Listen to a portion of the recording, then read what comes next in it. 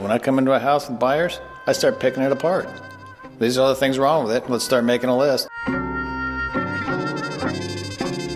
Jim the Realtor is from northern San Diego and gained an online following in 2009 when he started posting his honest, painful, and sometimes hilarious assessments of bank-owned properties on YouTube. Guess we'll call this the master. The exquisite furnishings. These granite and travertine palaces will be the historical memory of this era. Lovely. They'd be better off just burning this one down and collecting the insurance. We spent some time at a property with Jim to get his grim forecast for the future of the housing market and for some straightforward talk about whether or not to buy a house, and if so, how not to be stupid about it. Market conditions are healthy as long as we have low rates. We have what appears to be another couple of years of these ultra-low Fed-induced rates. It's interesting what effect that has. If you're a buyer, you're kind of thinking, hey, I've got a couple of years. I don't have to rush. It's probably the thing that's the most surprising in this area, and I think it's going on in a lot of other areas. The supply of good houses has just dropped off. Probably a great snapshot for our market. It sold in spite of itself. It's dated everywhere you look. But someone bought it just because there's not enough other houses to buy. If you need to buy a house, this is what you're stuck with.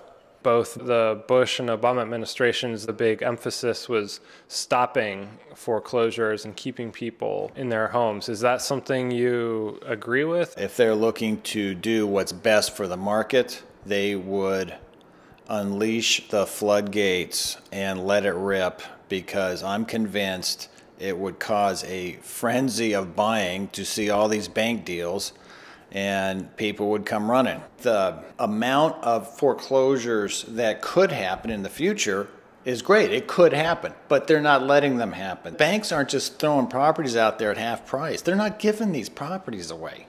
And when they do hit the market, if it is cheap, it gets bid up. That's the definition of value. Are we going to sell a bunch of dumps real cheap? Probably. But they're going to sell real cheap whether it's this year or next year anyway. Let's just take our medicine. All right, so tell us about this bathroom. You have the 1991 version of, this was hot in 91. What policies do you think have been the most harmful to the housing market? Refinance of everybody who's underwater. That's the program that's hot this year. Last year was refinancing people who were heading for foreclosure. I don't think anything's harmed the market. They're just wasting their time. They're wasting their money, taxpayer money, on these crazy programs that are supposedly going to save the day. Is my pool sinking? No, it's the decking is going up. The pool's not going down. The decking's probably either got soaked underneath there and water starting to make it rise, or there's some tree roots. When will it come back? When are we going to see peak pricing again? I don't know. Not in the foreseeable future, and maybe never. I think we need to be prepared for it being never.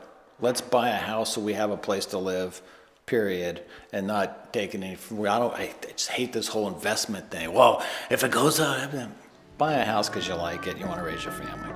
And the good news is I think today's buyer is exactly that. And I think that makes for a very healthy market.